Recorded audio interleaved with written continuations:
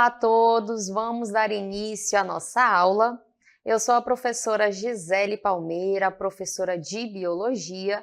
Agora vamos observar o objeto de conhecimento e o detalhamento. O objeto de conhecimento, mamíferos, e o detalhamento, características gerais e principais grupos representativos dos mamíferos, monotremados, marsupiais e placentários. Então, esse é o objeto, detalhamento. Vamos dar início à nossa aula.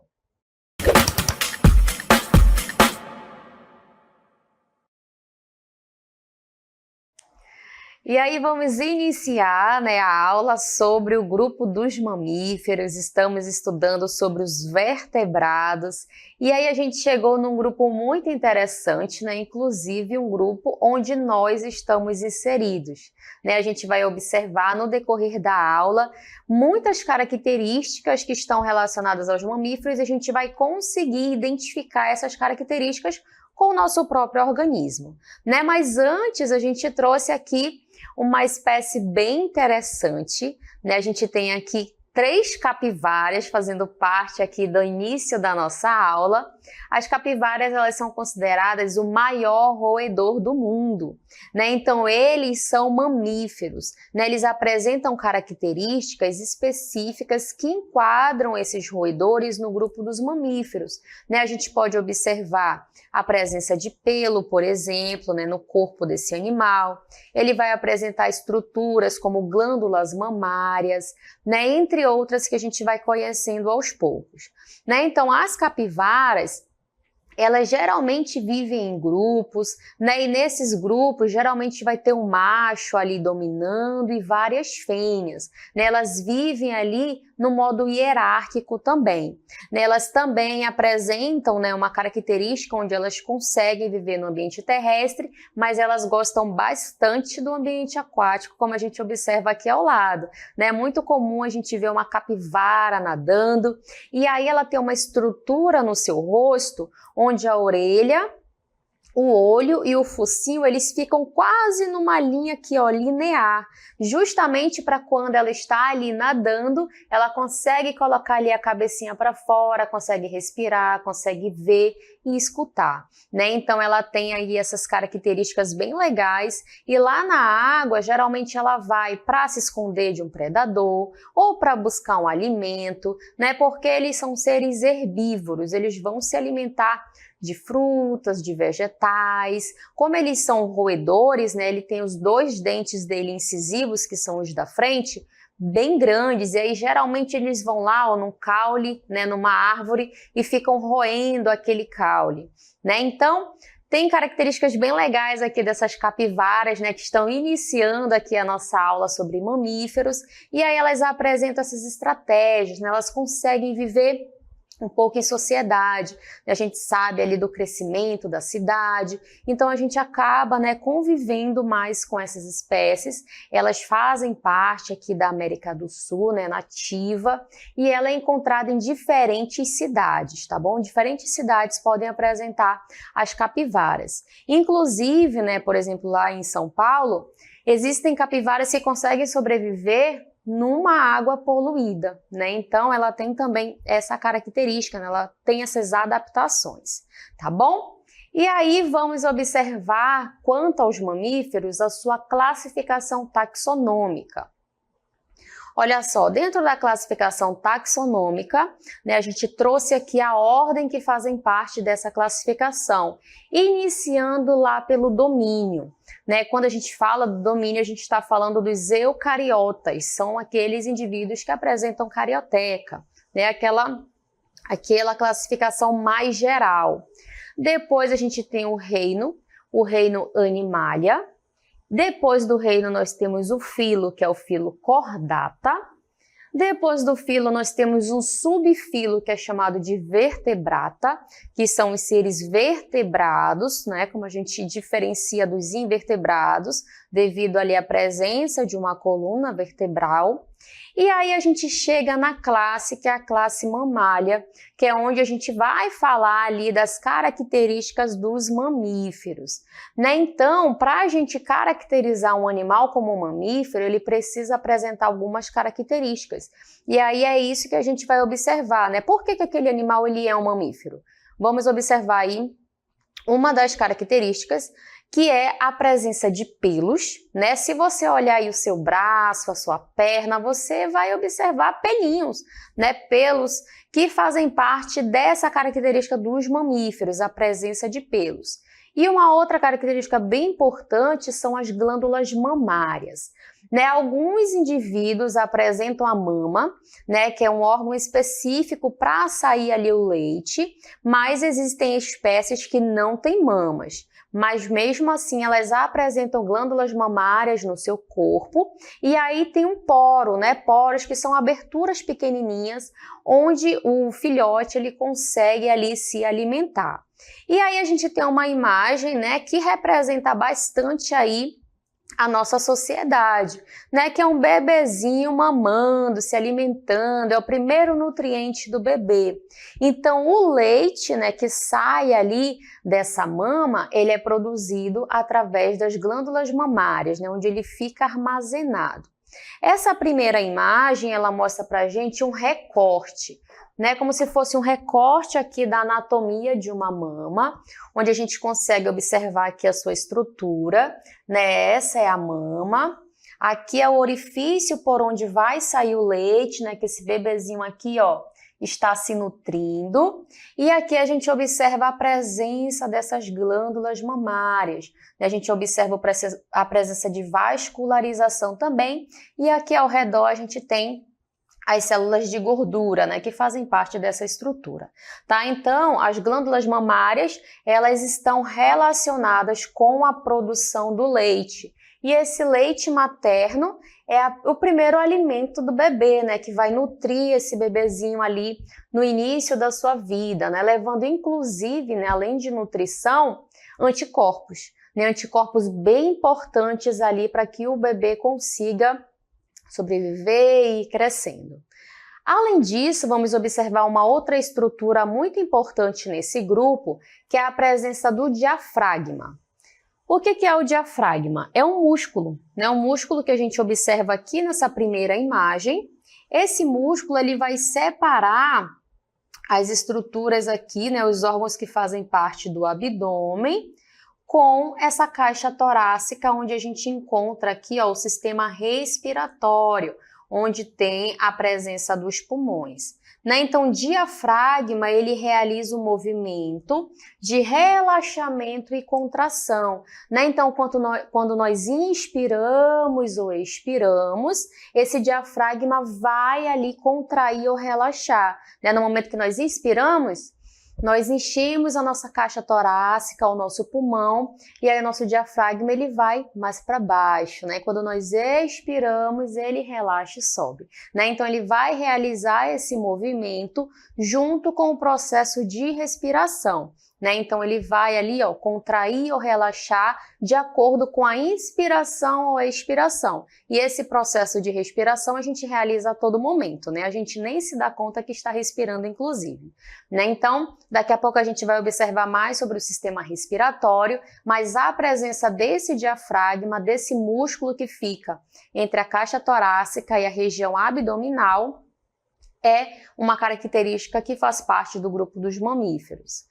Além disso, a gente observa também dentes diferenciados ali, dependendo da espécie, né? Então, aqui a gente trouxe um dente que representa os dentes humanos, né? Então, aqui a gente observa que existem dentes diferentes, ó. Tem os mais pontiagudos, temos aqui os incisivos, o canino, que é o mais pontiagudo, os pré-molares e os molares, né? A gente tem aqui onde eles estão localizados. E os incisivos e caninos, eles servem mais para cortar o alimento, né? Para rasgar o alimento, porque eles têm são mais pontiagudos. Os pré-molares e molares, eles servem mais para triturar, né? Então é importante a gente observar que os nossos dentes, eles apresentam diferentes funções, né? Por isso que eles apresentam diferentes formatos também, porque eles estão relacionados com o hábito alimentar, que a gente também vai observar daqui a pouco a diferença, né, entre os tipos de nutrição e das espécies.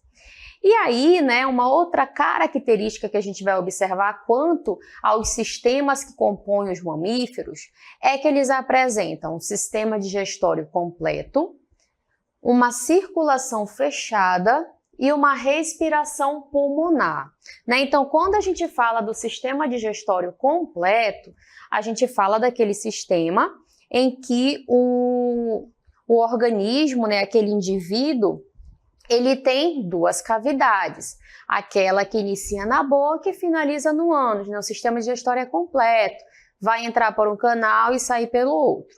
Quando a gente fala de circulação fechada, estamos falando daquela onde o sangue vai passar por dentro de veias e vasos, né? E a respiração pulmonar é porque a respiração é através do órgão chamado de pulmão. É lá no pulmão que ocorrem as trocas gasosas. E aí, para a gente observar com mais detalhes como é que acontece esse sistema, a gente vai observar primeiramente aqui o sistema de digestão, né? A gente já sabe que ele apresenta ali, ó, o sistema digestório completo. Então, ele vai iniciar pela boca, olha só, a gente vai ampliar um pouquinho aqui a cavidade bucal, porque, né, a gente precisa de energia, a gente não é planta, a gente não faz fotossíntese, a gente precisa o quê? De comida, né? A gente tem que comer, se a gente não come, a gente fica fraco, fica desnutrido. Quando nós comemos, a gente está colocando para dentro do nosso organismo energia, nutrientes. Só que para que ele chegue lá na minha célula e forneça essa energia, é necessário que eu faça a ingestão de bons alimentos, né? Que eu conheço um pouquinho sobre proteínas, carboidratos, a importância de cada um deles, né? Então, vamos imaginar aqui, coloquei um alimento na minha boca, tô com fome, o que eu vou fazer? Vou mastigar. Qual é a importância dos nossos dentes? Fazer a trituração, rasgar o alimento. A nossa língua vai levar esse alimento de um lado para o outro na nossa boca. Além disso, o que a gente produz aqui na nossa boca? Saliva, né? Então, na nossa saliva, a gente tem uma enzima chamada de amilase salivar, onde ela já inicia o processo de digestão. Quando a gente fala de digestão, a gente fala de quebra de alimento, quebra de partículas, de digerir, né? Então, eu vou quebrar aquele alimento. Imagina, né? Eu vou comer um pão, mas a minha célula é muito pequenininha, né? Como é que ela vai absorver aquele pão? Porque ele vai ser quebrado em pequenas partículas. E aí o meu organismo vai pegar aquele nutriente, aquele carboidrato, por exemplo, e vai conseguir ali absorver na minha corrente sanguínea, né? Então, vamos lá, vamos voltar aqui para o processo do sistema de digestão. Estou mastigando, estou ali com a saliva, né, formando ali aquele bolo na minha boca e eu vou engolir, né? Engolir aquele alimento, para onde é que ele vai? Ele vai para essa estrutura aqui, ó, denominada de esôfago. Olha só. A gente observa aqui o esôfago. Vou levantar aqui um pouquinho mais para vocês, que é esse canal aqui, ó. Olha só, a gente engoliu, passou para o esôfago, ele vai descendo, né? Tem movimentos ali nesse esôfago que faz com que esse alimento desça. E aí ele vai chegar nesse órgão chamado de estômago. Lá no estômago existem substâncias que ajudam a digerir principalmente proteínas, né? Tem ali enzimas específicas para fazer esse processo de digestão, né? Ele tem um teor mais ácido também. Quando ele sai do estômago, ele chega nessa estrutura aqui, que eu vou ampliar bem ao centro, chamado de intestino delgado.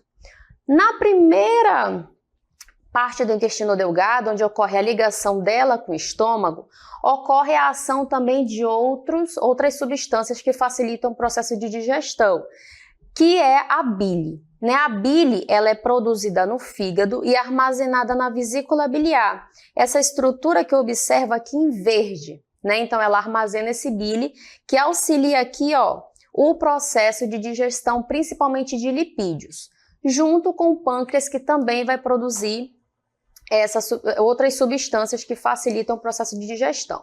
Né? Então, chegou aqui no intestino delgado, ele apresenta estruturas chamadas de microvilosidades. Então, dentro desse intestino tem microvilosidades, que são estruturas que estão bem ligadas com o sistema circulatório. Então, olha só, houve a quebra do alimento, né, o processo de digestão, agora ele vai absorver. E é no intestino delgado que ele absorve ali os principais nutrientes, né? Então ele vai absorver e nesse processo de absorção ele vai para a corrente sanguínea e aí ele vai ser levado para todo o meu corpo. Só que ele continua esse trajeto, né? O que não foi absorvido vai continuar o seu trajeto. Então depois ele vai passar para essa estrutura chamada de intestino grosso. E aqui no intestino grosso ocorre a absorção de água e de sais minerais. E aí ele vai continuar o trajeto do intestino grosso e vai chegar aqui no reto e vai sair pelo ânus, né? Tudo aquilo que não foi absorvido é eliminado em forma de fezes, né? Então a gente observa aqui, ó, os órgãos que fazem parte do sistema digestório, iniciando na boca, nutrientes absorvidos no intestino delgado, água e sais absorvidos no intestino grosso e, por fim, tudo aquilo que não foi absorvido vai ser eliminado pelo ânus, né? Passa pelo reto e é eliminado pelo ânus. Tá bom? Além disso, a gente vai observar também os órgãos que fazem parte do sistema respiratório, né? Então, o sistema respiratório ele é importante para quê? Para a respiração. A gente precisa do gás oxigênio que está presente na atmosfera. E a gente precisa eliminar o gás carbônico proveniente do metabolismo celular, né? Então, quando nós inspiramos, o ar vai entrar por onde? Pela cavidade nasal e pela cavidade bucal, como a gente observa, como a gente observa aqui na nossa imagem, olha só. Cavidade nasal e cavidade bucal, né? Nós inspiramos, mas também o ar pode entrar pela nossa boca, né? E aí ele vai seguir um trajeto. Vai passar aqui pela faringe, laringe, traqueia. Observe aqui ao centro brônquio principal, essa estrutura em azul. E aqui ao lado a gente tem o quê? Os pulmões, né? Olha só, as duas estruturas que mostram para a gente os pulmões. Dentro dos pulmões acontecem ali, ó, mais ramificações. E aí a ramificação menor dessa estrutura é denominada de alvéolos pulmonares. Quando chega lá no alvéolo pulmonar, ocorre também a participação do sistema circulatório, porque lá no alvéolo pulmonar, o oxigênio que eu inspirei vai ali, ó, para os capilares que fazem parte do sistema circulatório. E o gás carbônico que precisa sair, o alvéolo pulmonar recolhe e aí faz o trajeto inverso, né? Vai voltando aqui pela traqueia, laringe e sai pela cavidade nasal ou bucal. Tá bom? Então, o sistema respiratório, ele é importante para realizar a troca gasosa do gás oxigênio pelo gás carbônico. E ele acontece nos alvéolos pulmonares que estão presentes aqui dentro desse pulmão, tá? Nos nossos pulmões. E temos também o sistema circulatório. Olha só. O sistema circulatório, como a gente viu, é um sistema fechado. Por que ele é fechado? Porque ele acontece dentro das veias, artérias e capilares. O nosso sangue ele vai correr dentro dessas veias e artérias. E os capilares são aquelas que são mais fininhas e pequenininhas. Além disso, no sistema circulatório, a gente tem a presença de um órgão muito importante, né, que é o nosso coração. O coração é um músculo onde ele vai bombear esse sangue, né? O nosso coração ele apresenta 4 cavidades, 2 átrios e 2 ventrículos, e uma informação bem legal é que o nosso sangue arterial ele não se mistura com o sangue venoso, né? Então ele realiza ali um circuito, né, no seu sistema circulatório, onde esse sangue ele não se encontra. E aí o sangue arterial é aquele que vai levar o oxigênio e o sangue venoso é aquele que vai trazer o gás carbônico para ser eliminado, né? Então a gente tem aqui as principais características do sistema circulatório, lembrando, né, se a gente pensar aí com mais detalhes, todos esses sistemas eles estão interligados, né? A gente consegue pensar na ligação entre eles, respiratório com circulatório, digestório com circulatório também para levar esses nutrientes, né? Então existe uma ligação entre eles, tá? Aqui nessa imagem, bem ao centro, Eu tenho uma representação do coração, né? Lembrando que ele apresenta essas 4 cavidades, né? Para realizar esse bombeamento, levar o sangue rico em oxigênio e devolver aquele sangue rico em gás carbônico. Em azul, eu tenho a representação da veia e em vermelho eu tenho a representação das artérias, né? Então, além dessas duas, a gente tem também os capilares, né? Então, a gente pôde observar aí junto com vocês 3 sistemas bem interessantes. Trouxemos aqui o corpo humano, né, para a gente entender melhor como é que funciona o nosso corpo, mas esses sistemas aqui estão relacionados também com outros mamíferos, tá bom? E aí a gente vai falar agora sobre o processo de alimentação, né? Eu falei para vocês que o dente ele é muito importante para cortar o alimento, né? Para triturar, para amassar. Só que existem diferentes tipos de dentições. E aí geralmente esses dentes eles estão relacionados com o tipo de nutrição, né? O tipo de alimento que aquele animal está buscando, né? Que ele se alimenta na verdade. E aí a gente trouxe 3 representantes. O primeiro está representando para a gente os carnívoros, olha só. E aqui a gente tem, ó, olha essa dentição aqui, né, dessa onça. A gente observa que esse dente, esse canino, ele é bem pontiagudo, porque ele precisa ali comer carne, né? O próprio nome já diz, ele vai se alimentar de outros animais.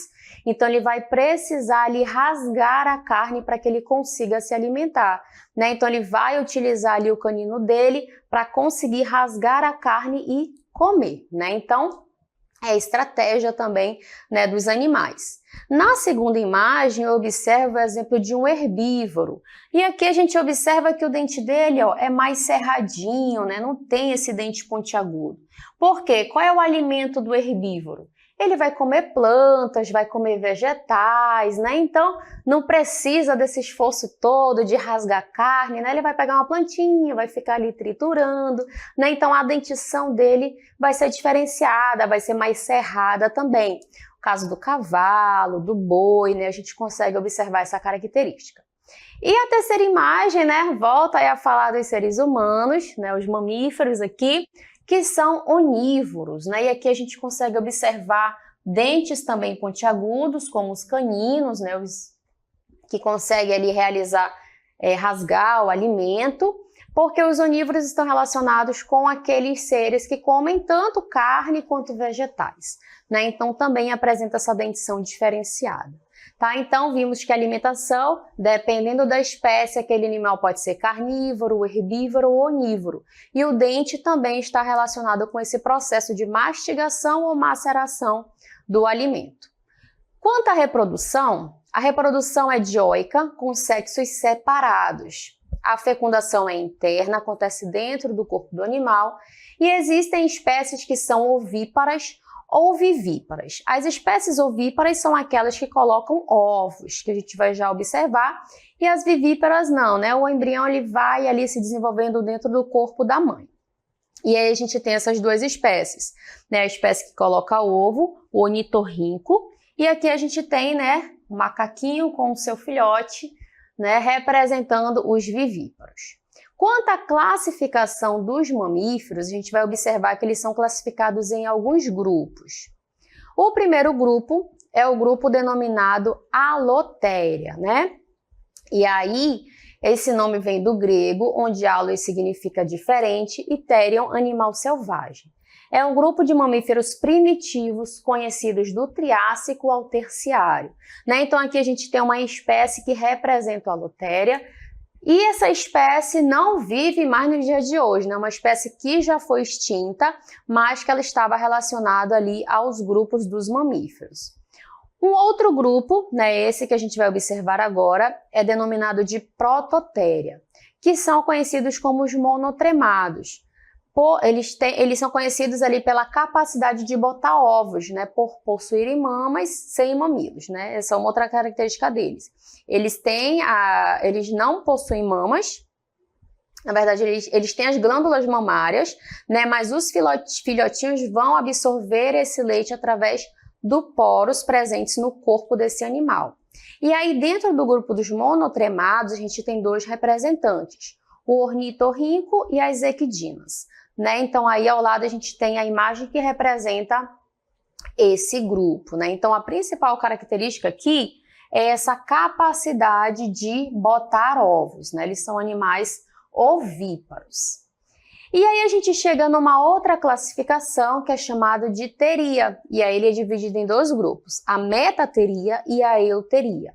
A metateria é onde tem os marsupiais, né, o canguru, coala, gambá, e a euteria onde tem os placentários. Né, os marsupiais são aqueles que apresentam marsúpio, essa bolsa que carrega aqui, ó, o filhotinho para o seu estágio inicial de desenvolvimento. E os placentários é onde tem a presença de placenta, né, aqui no desenvolvimento do novo indivíduo. Vamos observar com mais detalhes o que são os marsupiais. O que acontece nesse grupo? Olha só, após o nascimento, o pequeno ser que ainda é imaturo se agarra aos pelos da mãe em direção ao marsúpio, né? Aquela bolsa que a gente observa, por exemplo, naquela imagem do canguru, né? Que estava mais fácil a gente observar. Aquela bolsa, então ele nasceu ainda muito imaturo, ele vai se agarrando pelos pelos e vai chegar nessa região, né? Em direção ao marsúpio. Lá apresentam o quê? Glândulas mamárias, fornecendo o alimento, que é o leite produzido nessa região, aos filhotes que ali completam o seu desenvolvimento. Né? Então, nesse caso, né, no grupo dos marsupiais, a gente encontra o canguru, encontra coala, gambá, eles precisam desse marsúpio, né, dessa estrutura que parece uma bolsa mesmo, onde vai carregar os filhotinhos e ali ele vai tomar o leite e vai amadurecendo. Já nos casos dos placentários, existem estruturas específicas, né? Existem mamíferos que têm a placenta, por isso que ele tem esse nome. E aqui a gente trouxe o desenvolvimento de um bebê, né? No útero de uma mãe. Aqui a gente tem a representação do útero, né? Esse aqui é o canal vaginal e dentro do útero ocorre o desenvolvimento de um bebê, né? Então esse embrião vai se desenvolvendo por 9 meses, né? Geralmente até ele nascer. Quando ele nasce, ele já está bom, né? Então essa é a principal diferença. Ele vai nascer já maduro, não imaturo como no caso dos marsupiais, que precisam ali ir para um outro local. Aí não, quando o bebezinho nasce, ele já recebeu ali, ó, todos, na verdade, essa região aqui, ó, que a gente observa é a placenta, né? Então a gente tem aqui o cordão umbilical que vai ligar a mãe a esse bebê, e aqui eu tenho um zoom dessa placenta, né? Então aqui eu observo que ela é bem vascularizada, né? Então essas estruturas são importantes para levar nutrientes e oxigênio para esse bebê. E aí, nesse processo, ele também devolve algumas substâncias, né? Então, a placenta, ela faz essa ligação da mãe com o bebê, né? Com o feto que está se desenvolvendo. Então, ela está ligada ali ao útero e ela tem o cordão umbilical que está ligado ao bebê. E aí, nesse processo, ocorrem essas trocas de nutrientes e também do oxigênio, o gás carbônico que é produzido, né? As substâncias que o bebê produz também, ela vai retornando. E aí, né, a gente observou essa diferença dos placentários, apresentam placentas, marsupiais, marsúpio, a bolsa para o filhote se desenvolver. Além disso, a gente trouxe um outro tipo de classificação, que é a classificação no ambiente onde eles vivem. Né, a gente tem aqui os animais que vivem no ambiente terrestre, né, a gente tem aqui 2 representantes, que é a mulher ali com o cachorro, né? Animais que vivem no ambiente terrestre, e também a gente trouxe outras curiosidades sobre algumas espécies que fazem parte do grupo, né? Então a gente tem aqui, ó, um morcego, né? A gente sabe que o morcego voa, né? Ele tem essas asas que ele consegue ali, ó, voar. Mas a gente trouxe como curiosidade, né? O morcego voa, ele é o quê? Uma ave ou ele é um mamífero? Né? Então, o morcego, ele está dentro do grupo dos mamíferos porque ele apresenta as características de glândulas mamárias e pelo. Apesar dele voar, é o único mamífero que consegue voar, porque ele apresenta essas membranas aqui, ó, que facilitam ali a sua locomoção. Eles são mamíferos devido a essas características, né? Então, No caso dos morcegos, eles têm estratégias bem interessantes, como, por exemplo, o processo de ecolocalização, onde ele consegue emitir um som, e esse som a gente não consegue identificar, né? A nossa audição não consegue identificar.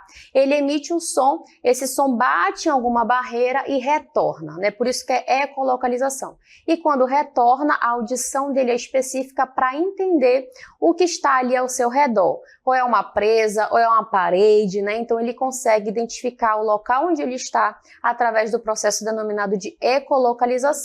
Até porque a sua visão, ela não é muito bem adaptada, e ele também é um animal de hábitos noturnos, né? Ele geralmente sai à noite, então à noite a gente sabe que é escuro, então ele tem essa estratégia aí para conseguir capturar sua presa, por exemplo. E aí a gente trouxe uma outra curiosidade, olha só, a gente tem aqui esse peixe-boi, né? Tem 3 espécies de peixe-boi, temos o peixe-boi da Amazônia, inclusive, e aí ele tem esses 2 nomes, né? Peixe-boi, o que que ele é? É um peixe ou é um mamífero? Né? Então a gente sabe que ele vive no ambiente aquático, mas o peixe-boi ele é um mamífero que também vai apresentar as características que a gente observou na aula, né? Então, trouxemos aqui como curiosidade para vocês o peixe-boi, que apesar de viver na água, ele é um mamífero. De vez em quando ele está subindo ali, ó, na água para conseguir respirar, né? Então ele tem essa característica apesar de ser do ambiente aquático. E aí, né, como a gente está falando dos ambientes em que vivem, trouxemos outras espécies de mamíferos que vivem no ambiente aquático, né? Temos aí o golfinho. Aí uma imagem bem interessante, né, da baleia, é que a gente tem um animal, né, um animal que consegue crescer bastante, né, que é a baleia azul, né, que faz parte aí do grupo dos mamíferos. Além disso, né, a gente trouxe também aqueles animais que vivem no ambiente aéreo, né, são os mamíferos aéreos, que temos um único representante, que são os morcegos. Vamos observar aí na nossa próxima imagem.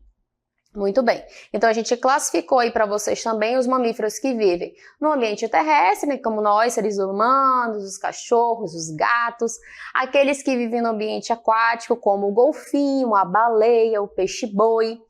E também a gente observou os mamíferos que voam, como é o caso dos morcegos, né? Então tem uma grande diversidade desse grupo e a gente pôde conhecer aí as principais características. Espero que vocês tenham compreendido.